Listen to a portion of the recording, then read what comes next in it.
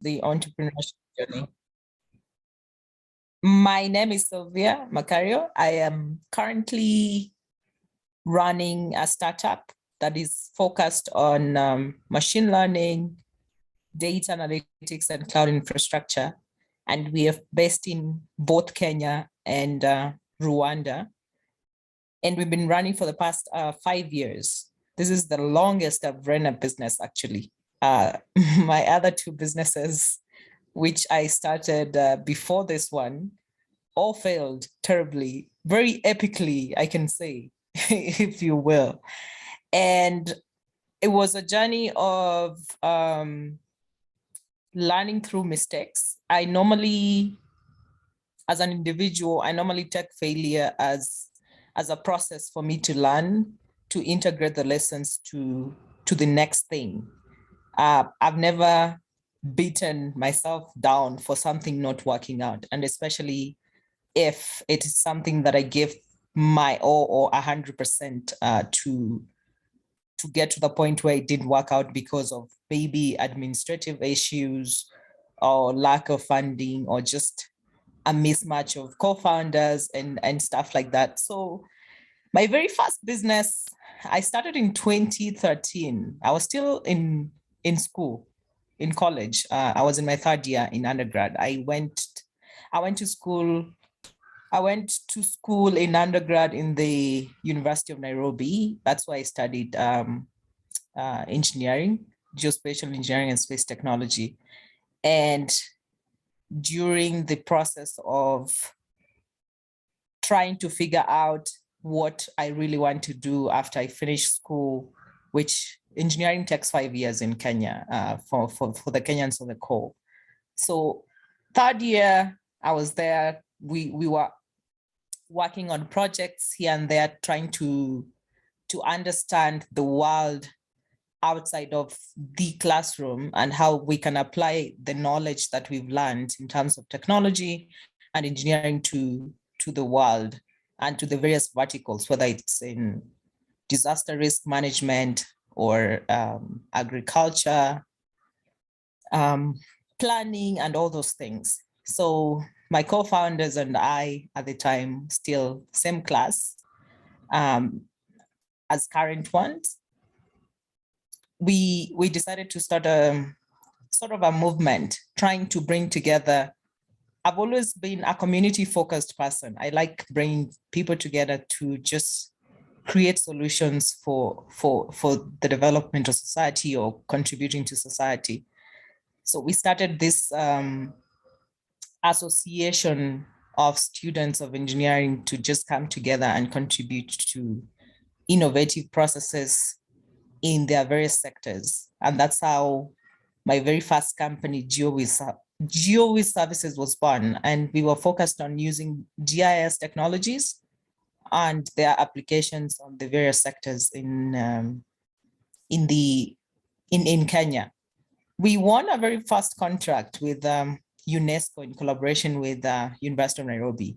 Remember, we were very young, 22-year-olds trying to study as well as implement technologies that would, in our own minds, we thought would be very revolutionary out there, because we also lacked the range to do more research and try to see what is already existing there.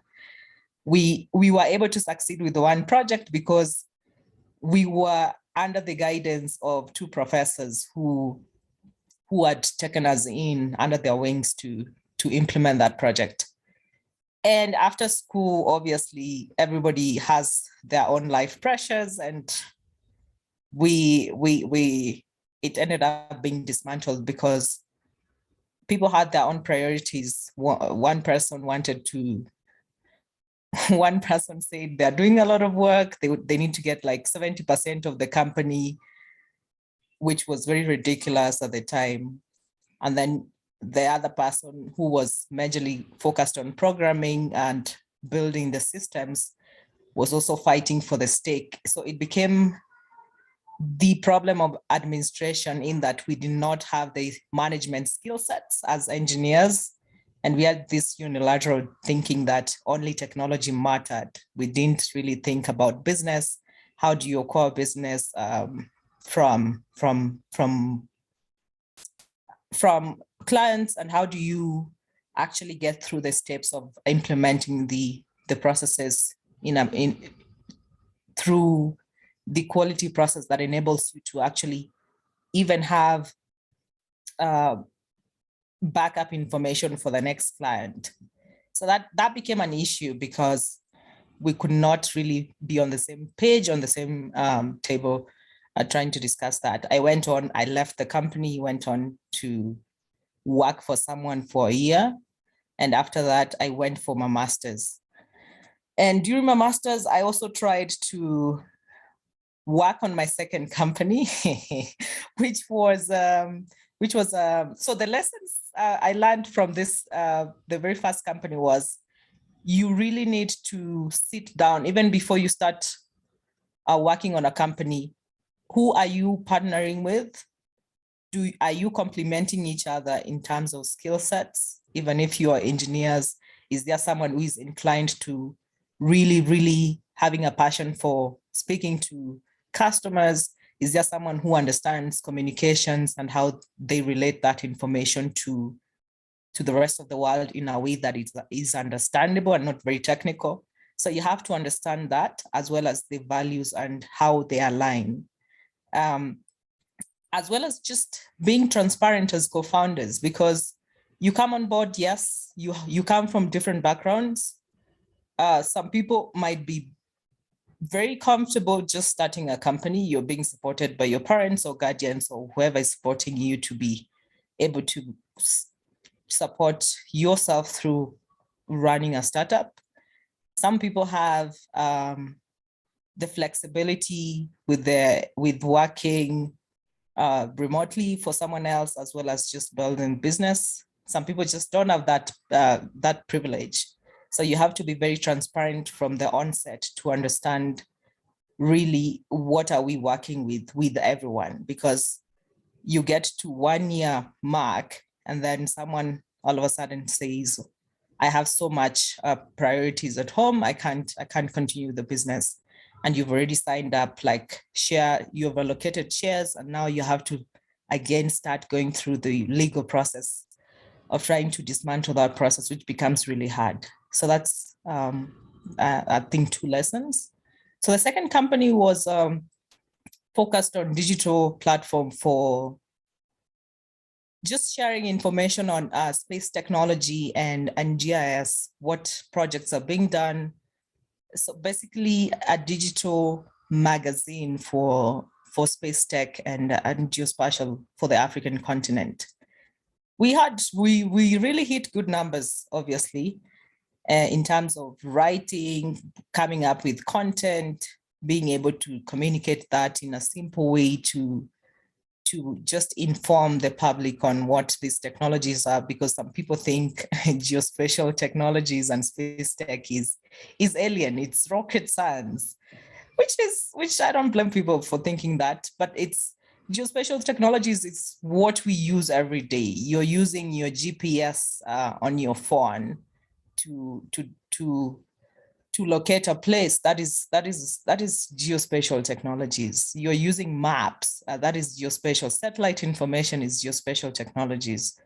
All these nitty-gritties that are being used for location are geospatial technologies. So we had to figure out a way to explain that to the world.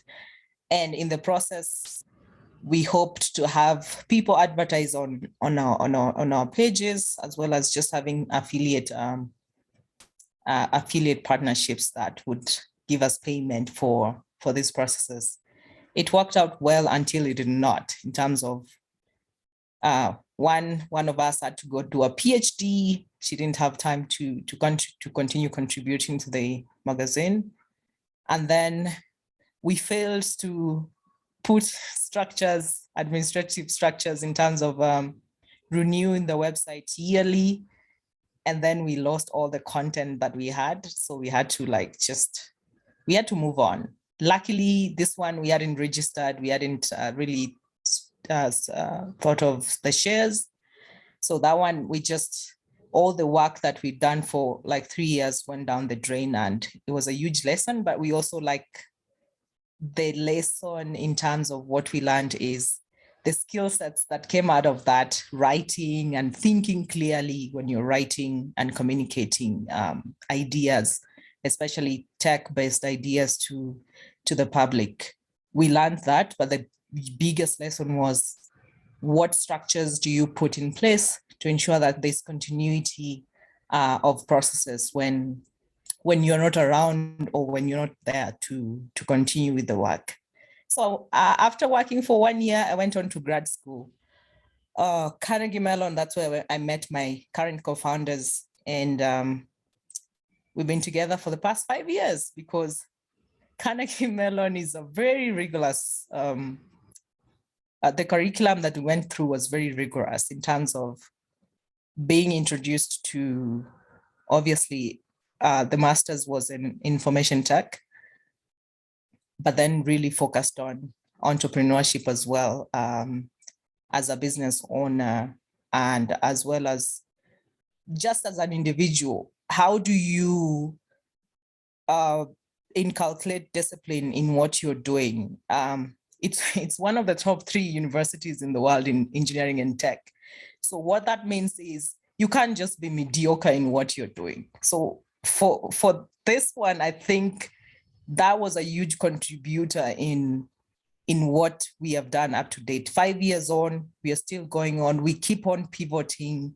We check on each other. We try to see and have conversations, very hard conversations when we need to have them, discussing in terms of individual level, what are people feeling like, just creating that psychological safety that enables everyone to share and to be able to just state their minds clearly without beating around the bush or being passive aggressive, which is a lot of things that most people have had to learn due to going through that. So the lessons generally have been, how do you, even through your failures, how do you stay transparent, as well as just know how to just walk away from things that really don't make sense to you or don't serve your purpose? Because at the end of the day, you're just not, you're not trying to be an entrepreneur to just apply for grants only.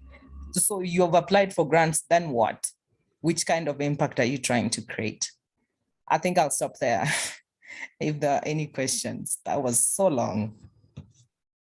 Not really. I'm sure by the time we finish with our questions and contributions, you'd actually realize there's so much more you would say. But thank you so much for that. The key things that you mentioned, it's around structures, continuity, communality, and definition. And there are some contributions that have been shared in the chat. I just want to share them, probably you can read them. I just want to pick up like what Patrick said, understanding partners and their goals. Individual and values should be aligned to the corporate goals. Seeing the big picture by all owners is very critical. And I think that's one of the things that came out in your failure story when you started off with the first company. Everybody was excited to join in because of the fad and the idea. And is it true, and this is open to anybody here, is it true that most of the times when we start off our businesses and run it, it's more of a fun and an excitement? People really don't understand the big picture. And that is a #1 cause of the failures. You could tie it to your own situations. I mean, it's an open conversation. Anybody would like to share? As Sylvia will also comment on that. Alex, let me go first. Being in business, I've noted, especially what Sylvia is doing and what we're doing in renewable energy, is that there are so many blind spots. People go into it, one, for the excitement of what you're doing, but no one has a bigger picture in it. So either it's a big thing in the season, or you just want to do something for, one, making or earning a living. and you think it's the easiest route to earning a coin as compared to looking for a job that you're not guaranteed. And when you go into it, you realize there's more to put in than what you're drawing out. And in the process, one gets a burnout. So it's a challenge to many startups. And that's where most of the people pull out.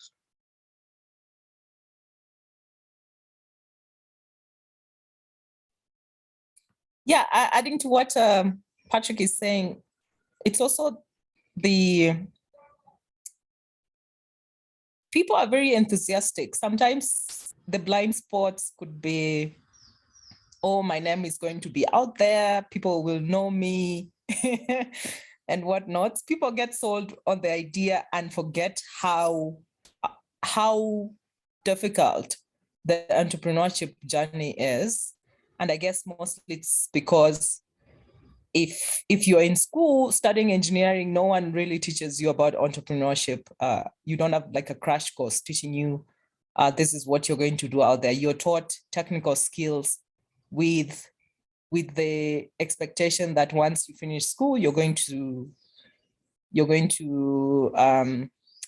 industry.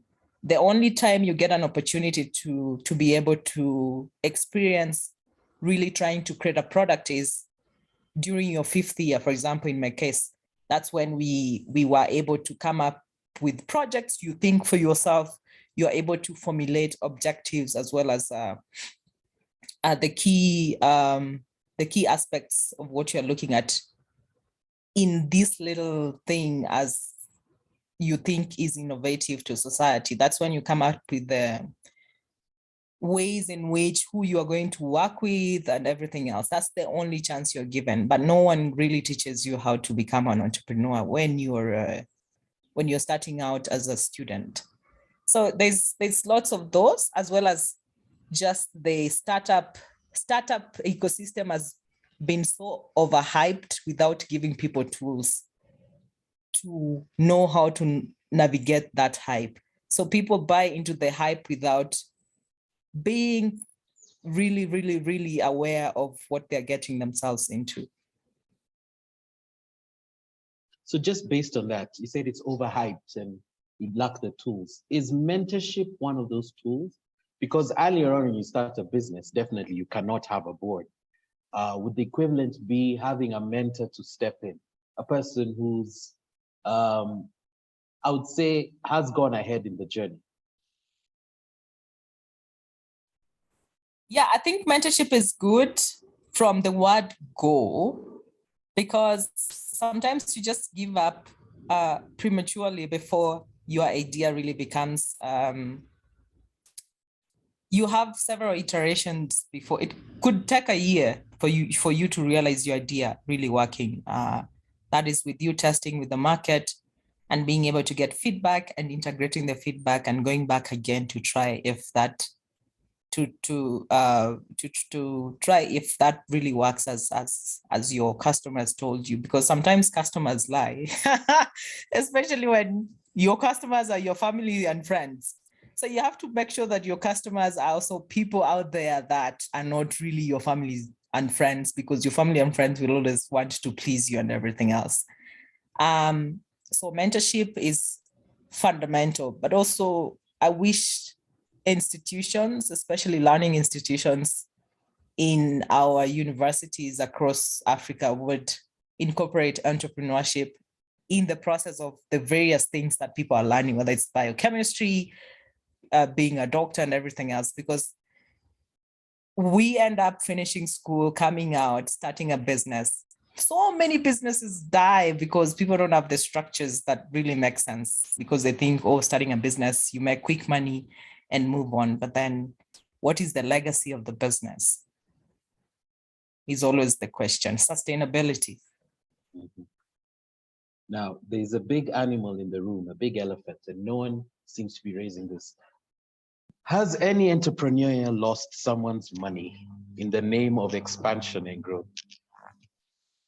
I think we need to talk about that, because that seems to be a common failure. The inability to convert the investor's money into profit. It ends up sinking you deeper into debt and loss. Anybody wants to share an experience? and how did you deal with it?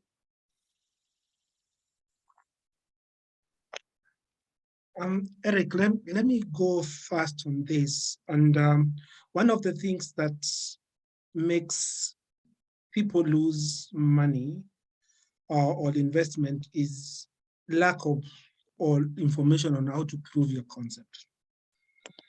I have a nice idea. It's in my mind, but it has not been tested. So luckily, I get an angel investor, a family of friends who give me a couple of thousands of dollars with an expectation to get it back. But when I get to the market, I find that either the prototype had to get 3 more iterations before the market accepts it. Yet I had spent all the money that I needed I had. So I have this unfinished product that requires 3-4 iterations for the market to buy it. And I have no more money left from my investment. So definitely all I have to do is find myself in a situation where I cannot figure out where to get the money to refine the idea or the product. And I have a debt to pay.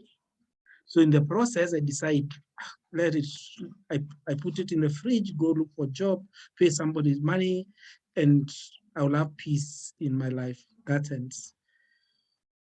The other thing is something that Eric said earlier. I like what Miles Monroe calls it imploding, because the flight has reached a point of taxiing, but it can't take off, so it implodes. So I have developed a product. The prototype has a good market, has a good demand, but now I have no revenues that could sustain it for the next level. So what happens is that I'm not able to manage my daily needs or my personal needs and the business needs. So what do? I decide I don't want to change my name and I go. So at that point now is where you need investment to scale up or to get into the market, but you have no resources to do it. So you lose money for the seed capital goes bust. So you're left with a product, but no money to take it to where it's supposed to sustain itself. That's it for me.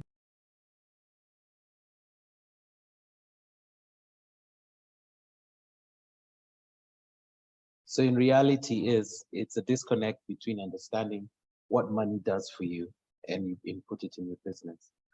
There is this assumption that the reason why, to an investor, there are 2 assumptions. There's the assumption on the side of the entrepreneur, and there's also an assumption on the side of the investor. The investor, even with due diligence, assumes that you understand how to grow your money, and the numbers that you give are representative of what you actually do on ground. And for the person who receives money, the entrepreneur, they believe that the investor is a human being who would understand when you mess up. Now, that perception becomes a harsh reality when the things don't connect, that disconnect. So at this point, I just want to ask, what are your investor stories? Or if you are an investor here, what is your investor story with your entrepreneur, the one you invested in? What has that been like? When the point that you failed, how did you handle it and how did you deal with it? I can go first. Speaking on the first 2 ventures, the money we had was due the projects that we'd completed while still students. Remember, we were students, we didn't have responsibilities, we were not paying any rents and all that.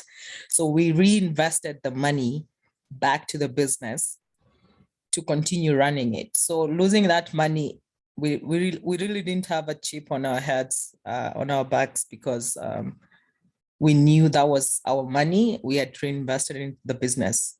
So the current business has one investor for one product. So how Hepta is structured is we have a service arm of the company and then two products. One is an e-commerce product and then a fintech product. So what we do is we execute projects as consultants and take that money and reinvest in the product development process. But then one of the products, which is the fintech product, has an investor and we've lost his money before, almost $10,000. He didn't mind because he understands the market. You also have to, as an entrepreneur, you have to also court your investors. You just because someone has money and they're bringing to you doesn't mean that they have their best interests for you at their hearts, because some investors want their money like yesterday, while you need, for example, if you have to go through R&D for your product, which would potentially say take 2 years for you to get to realizing revenues coming in a constant, and then this investor's cycle of wanting their money back is like 8 months. That doesn't make sense. That's very ridiculous. So you have to also understand, you have to interview your investor. That's the problem we have. It's not a problem, but we also have I say it's an opportunity, especially in Africa, because we have so many very wealthy, rich Africans who do not know where to put their money. But they're also really, really focused on investing their money in things that give them their money back in 6 months and something like that. Technology is not something that most of them are used to. I'm glad to see so many people coming up with different ventures and vehicles to invest to that. But then when you have someone approaching you to invest money to your company, you have to also interview them the way they're interviewing you. Remember, as an entrepreneur, you're the one who is going to work hard on this product. You know all the sleepless nights you're going to go through. The investor doesn't know, unless it's an investor who is doing this for full time and they know what is going on and they are in it with you on the long haul. So when we lost $10,000, they were like, fine, okay, let's try again. So this is an investor who has skin in the game. They're like, let's try again. Luckily, we recouped about $5,000 in revenues, and then he wrote off the 5,000 as loss to himself because he has the money. It's not like he needs the money, but still, this is an investor who really has so much trust in us because he sees the passion, the skill sets, as well as the drive that we have towards making this work. So I think it's also a balance. Interview your investor as much as they interview you, to ensure that even if you lose the money, you have an agreement to either pay later, or there are people who understand to write that off as a loss and move on, or something else. You don't want someone coming to auction your house or your liver.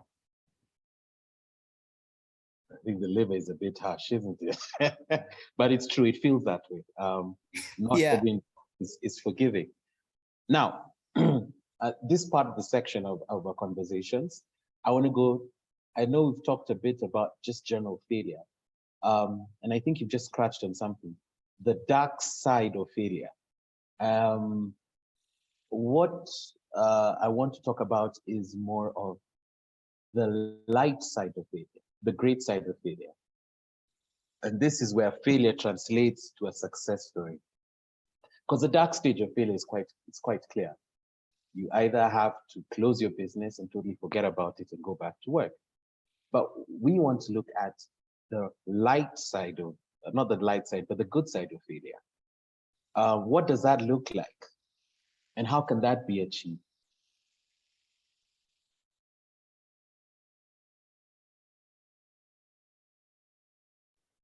Is that to me or generally? It's open. It's an open question. Oh. It's an open question. It's to other entrepreneurs. It's a knowledge transfer, so anybody can share just based on their experience.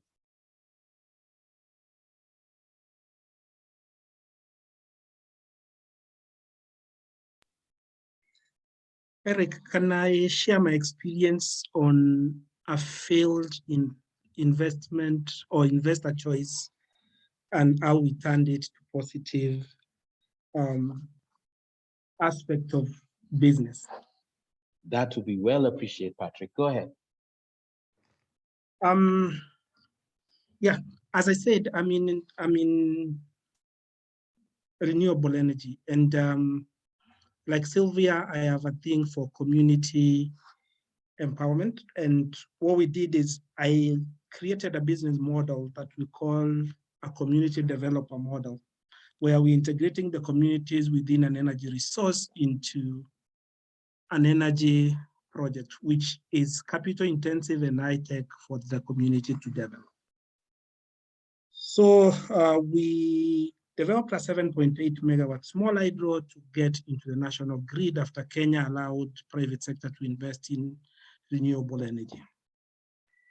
Now, having come from development world, I had no clue of what it will take me to get to the final stage of the project. So out of the many networking meetings, I'm introduced to an investor. I did not do what Sylvia is saying, interview the investor. And because you don't know the values of the investor, we found out that we've gone to bed with a shark. And in the process, I realized it would be suicidal to take any further step with this guy. But the guy was shrewd enough to get the members of the community sign an agreement.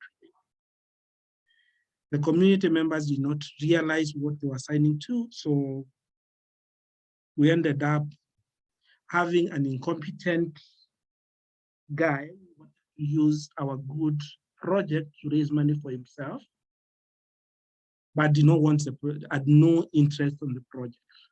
So what did they do? They oversized the project by 5% so that it looks good to their investors. But because we were not technically savvy, we accepted that as the size of the project.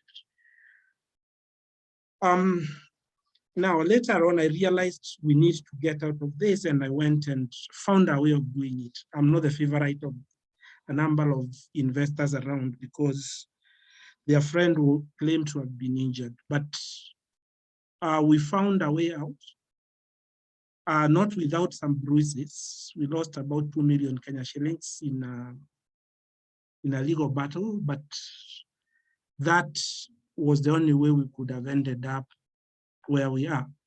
Now, in the process, thanks to mentorship, I got my mentor who took me through the process, and I was able to identify an investor who put in a repayable grant into the project to streamline the documentation.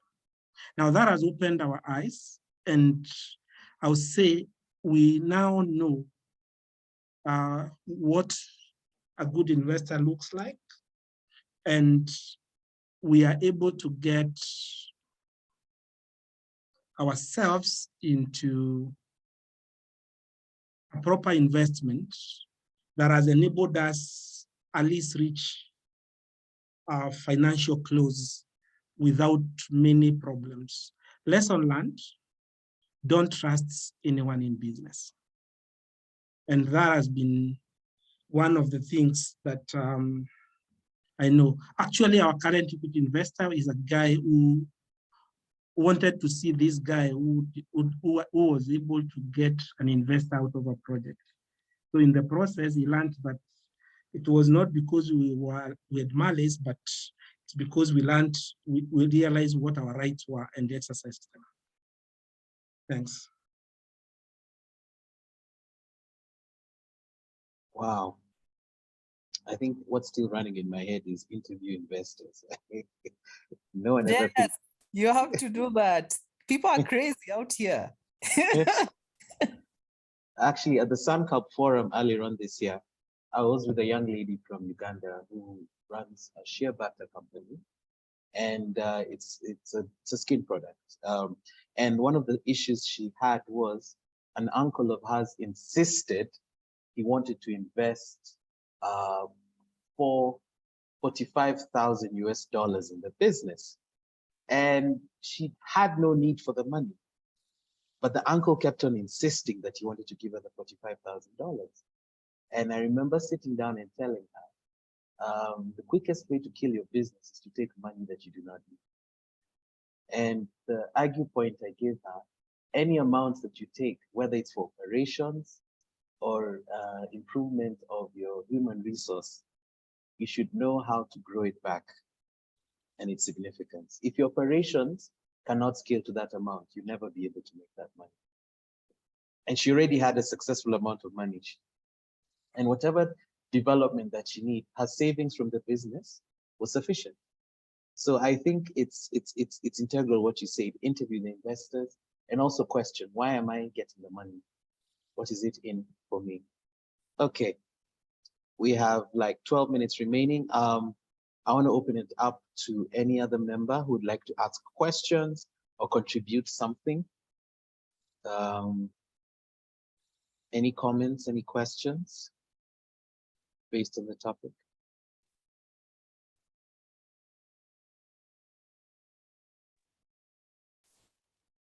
Yes, Sylvia? I think you asked a question earlier before Patrick jumped in on the lighter side of failure. And I wanted to quickly share that obviously I am a very positive person. So everything for me, when I fail, it's always a lesson. I take it and run with it and apply it somewhere else. And it's been about speaking in forums like this, speaking on at events and being able to share your expertise, because you are the expert. Even if you failed, you are the expert at what you are working on. It doesn't mean that has gone down the drain. You could be a support system to someone else, obviously paid. We live in a capitalistic society. So being able to use that knowledge and repurposing it to something else, it doesn't have to be continuation of your business, but something else that eventually will give you an income is also another way to live with this thing that heavily, as Africans, we hold it we hold it as a bullet in our heads sometimes, because we grow up in households that don't really encourage failure. So use it and run with it. And yeah, it's just how you repackage it and how you see failure in terms of where you're coming from in that sense. I come from a household that failure is encouraged a lot. So I think that's why maybe I see it as that way. One of the parents is an entrepreneur. The other one was an educator, because she passed on last year. So they encouraged failure, as well as asking questions, as well as questioning authority. I have a passion for questioning authority, and that's why I encourage people to interview the investors. Just because someone is having the copious amounts of money doesn't mean you don't have to question them. Okay. Harriet has a comment. She's raised her hand. It's more of a question to Sylvia and everyone else. We all know when an organization is in the startup phase, there are so many moving parts, and mostly focusing on the product or service you're offering. And every time you're refining it to ensure that you're on the right path. So when it comes to having co-founders, I've never worked with co-founders before. How are you able to ensure that continuously you're all on the same page and no one is being left behind on this marathon that you're running? I know there's no right answer, but what are some of the tactics or conversations you're having with your co-founders to ensure that you're building something and everyone is going to be there to enjoy the shade?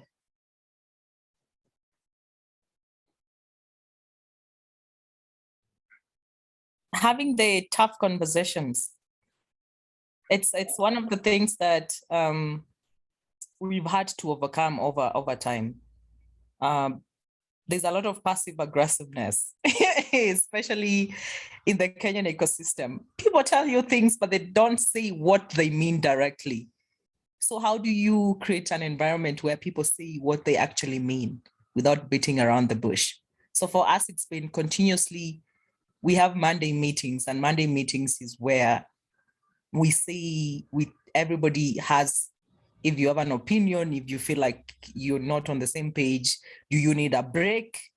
But hopefully that break is not overextended when we have projects going on. Do you need a break for a week? Do you want to go think and come back? Just don't lie to us, because we are all adults. So we keep on reinforcing that into our brains and making sure that there's transparency, there's openness, as well as just say what you mean, because what is the worst that could happen? So that's like the kind of model that we've created to ensure that even the people who we are bringing on board to work alongside us also have that opportunity to share whenever they feel like there's something that is not working for them. Because people are not machines. People have lives going on. So you have to also be very conscious of that. Okay, thank you. I think that should cut it. Thank you very much. Anybody who has another point to contribute to even Harriet's question? Something extra you'd love to share? Hi, everyone. So I just from experience in the past with a partnership that I had with one of my businesses was being clear if it means having a legal framework or a document that guides how you operate as co-founders or with your investors, in terms just having an understanding of the day-to-day challenges that might come about, or how to resolve conflict. Because for me as an individual, the challenge I had is that I took on investors who happened to be a couple. So when it comes to decision making, it used to be a struggle because they had advisory they had advisory, so to speak, shares in the business. So what would happen when we needed to make a key decision that was time bound? What would happen is that we would have a lot of delays or a lot of back and forth, which would end up ultimately affecting the business itself. So I think when you have guidelines on how to resolve conflict, how to go about different issues that might come about, it could be a good step towards ensuring that you have things running seamlessly. Because I think normally you assume because you might know these people or you might not know them, or during the interview process where if you took Sylvia's guidance and you actually got a chance to interview your investor and you felt that it was comfortable. Sometimes, yes, we are human beings and you might think that you know people or you understand them in a certain light, but it's good to put it on pen and paper and just be clear on your expectations, how to resolve issues when they do arise, because they will definitely come about. So I think that also might help someone in terms of just making sure there's a framework of how to resolve issues as they come up. Thank you, Jahanazi. Beverly had a hand up, and then we'll come back to Sylvia. Beverly? Yeah, totally agree with what Sylvia and Jahanazi have mentioned. I think I would also add to that point the issue of stake, whereby you feel like maybe you're the one who has come up with the idea, and you pitch this idea to your friends who you think might be good co-founders, right? So maybe two of them, and you feel because you are the brainchild, you want to have 50%, And then the others, maybe you give them 25-25, or you even dilute it even further. Maybe you have other co-founders with 10%, others with 20%. I feel like that usually is ground for resentment in the team, because when the person who's putting in 10% feels like they're putting in more work than the one who's putting in 20% of stake, So I feel like that's usually a potential cause for conflict in the team. So as far as it is possible, my personal opinion is to share it equally. But that brings the question of to what extent do you trust your fellow co-founders, or to what extent do you think they are worthy partners for you to go into that venture with? So if you don't think they are worthy enough to probably have half the stake, then possibly you shouldn't go with them, because from experience, it's just usually feel like I'm just putting in more effort than this other person, then they slack, then they stop doing it, then it's just many issues in between there. And also when you're a startup, the tendency is to focus so much on the product. Granted that it's very important, oftentimes you forget to actually take care of the team aspect. You forget to take care of actually the relationship and the people, because all your effort is actually in building the product, in building an MVP or your prototype, or just validating your customers, your product, or whatever. But at the end of the day, you might, if you don't take care of the team, you'll realize you have a very nice product. Even people out there know you have a good product, but inside the house is on fire. So actually not giving the team aspect the attention that it deserves. Yeah, some submissions. Patrick, you had something to say? Yeah, mine is, I think this is a topic that can enable many entrepreneurs have a successful business. But the question that I'm asking myself is cases of where the co-founders are based on one having put in the money, the other one being the expert, or based on friendship relations that are outside business. So in most cases, you find that we are friends before we start business. By that, I mean that we are good business partners because we are friends. So that's the part of it that co-founders find themselves in, because Eric and I are good friends. By that, I mean we are good business partners.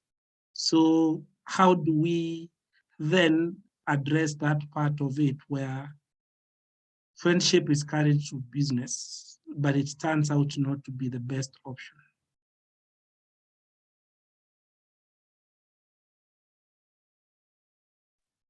Thank you very much. We've come to the end of our session, and I just want to say thank you to all of you who have made it today. And we will be having more engagements of this kind, but with different topics. If you want to learn more about the Africa Berlin Network, I have shared some information on the chat. Our next session will be actually on Wednesday, the 5th of October, 2022. And we'll actually have a different topic on that date. But the whole idea of this engagement is to allow entrepreneurs to have a common space and to learn from each other about our successes and our failures in business, and also learn new tricks or learn opportunities of how to improve our businesses in an informal way. Because knowledge transfer is one of the strengths. So it's to create and continue active engagement with the network. So before we go, I've just been reminded by my colleague, if we are able to switch our cameras, if you could just take a group photo with your permission. And after that, you can leave at your leisure. So our head of community photography, if you feel not shy, you could just unlock your cameras, and wow, there's such lovely faces. John, it's nice seeing you. Harriet, you're invisible. I can see your label, but that's okay. Jaha, are you in a place you could show your face? Patrick, you're invisible.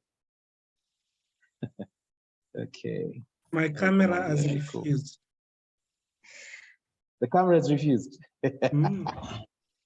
It's like on, but it can't. It's like partners. Okay. So Shaime, when you're ready, just let us know. You're busy smiling. Jaha. I am working from home today, so I was not expecting to put my camera on, but yeah. It's all Nice good. to meet you guys. Nice to meet you. Okay. I'm trying to take the shot, but the connection at my place is not that good, so I cannot see all the faces actually. I'm trying to go to another connection. So just give me a minute. Can we continue with this series, please? Is there another series? I would love to hear from other people as well. Yeah, definitely we'll have another series, but it wouldn't be based on